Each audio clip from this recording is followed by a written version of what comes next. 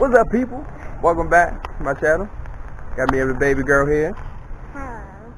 So she wants to be the camera lady today, and today I'll be giving you the review over the On3 kit that I put on the truck. So let's get right to it. Got this thing here. Put it on there about 6 months ago, and had troubles with the truck, unturbo, unkit related, lifters, pistons, all that stuff. But long story short, turbo kit has been pretty decent. The turbo itself hasn't given me any problems. Had the kit on and off a few times. This passenger side exhaust manifold, you can see that thing down there, this big thing right there, all up under there. That doesn't seal from day one. I never had it seal properly. I am using a multi-layered steel gasket, but for some reason I always managed to leak from day one. Not a terrible leak, but it does leak. Over on this side,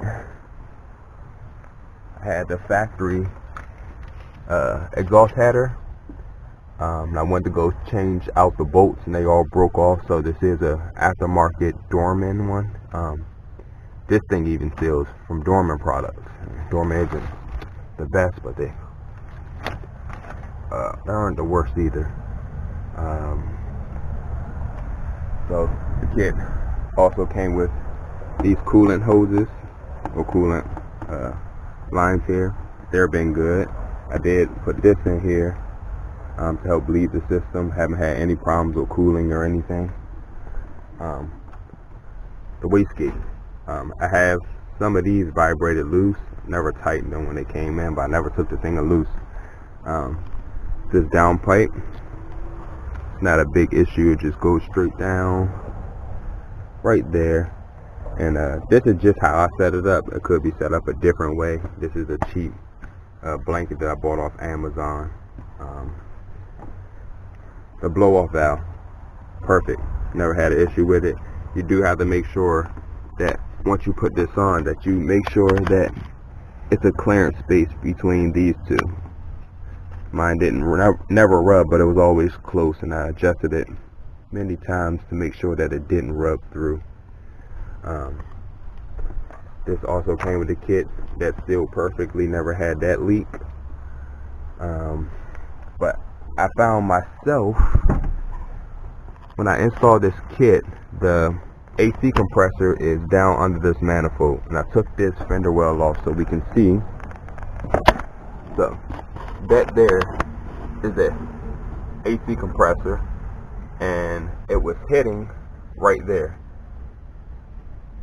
It would come from that, it would come from that right there, come up, and the factory one would come straight up and it would hit this manifold.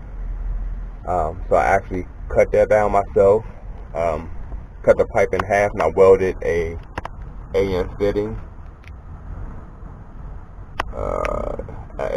right there. Not the perfect weld, but I'm a novice to welding. Put this AN line here and ran it back into the factory line right here. Only reason I have this piece of cardboard there because I haven't had the time to come under and cut this off yet. I didn't want it to rub through. But yep, so that piece down there that's welded, it's another piece behind here that's welded, and I just cut that line and have that line right here went straight to that piece over there, and it was always hitting this from this big Y.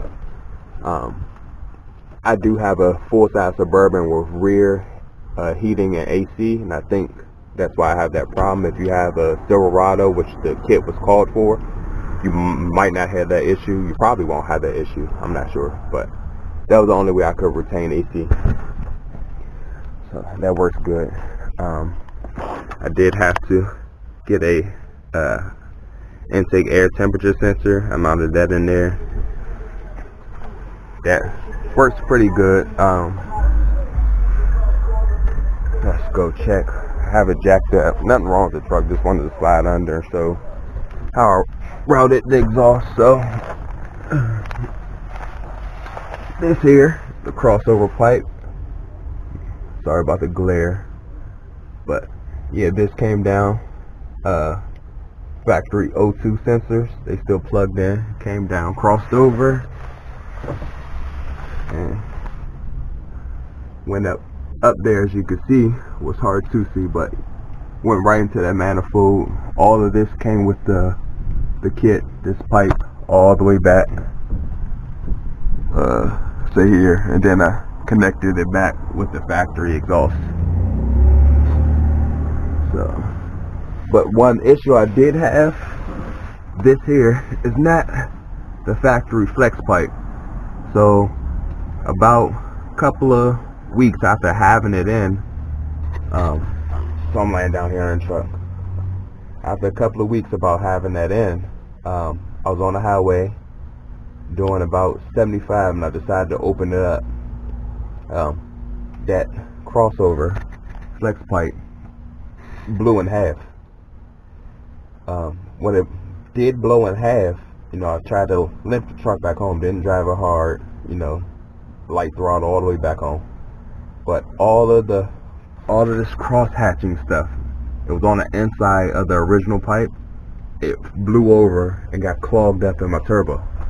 And for a while, I didn't think nothing of it, so I welded this one in. Like I said, I'm not a great welder. I just bought a TIG welder. I tried to weld, and it came out, decent. It holds, it doesn't leak.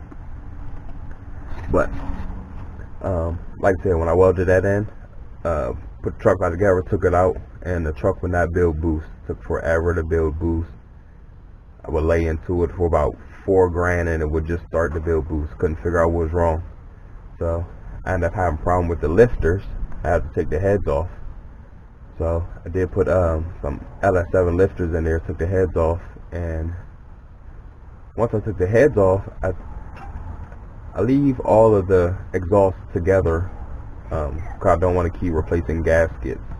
So once I took the exhaust apart, I seen that inside of all of these cross hatches from here was all clogged up in the housing on the exhaust side of the turbo.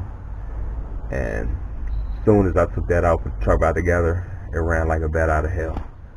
But this is what I did for oil feed. So my truck is all-wheel drive, and I took this plate here. It was a block-off plate.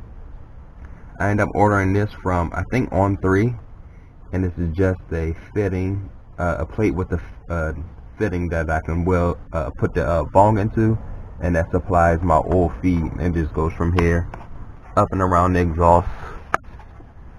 This is the line that goes all the way up to the turbo. Now for the drain, like I said, I wasn't using the drain that the kit came with, so sorry. Here is the drain that I put in for the AN line, because I didn't want it to leak. Oil is a hell of a thing to leak, and it gets hot, and I didn't want the rubber lines to get soft and give out. So I got that bung welded into my my oil pan. And if you do decide to do that, make sure that you find a great spot on the pan, so that you don't have any issues when you come to putting everything back together. Like, it doesn't hit this. I think some people put it in the back, and it was literally hitting their starter, and they had to get it done all over. But yeah, that's the AN line that goes around that way, right up to the turbo.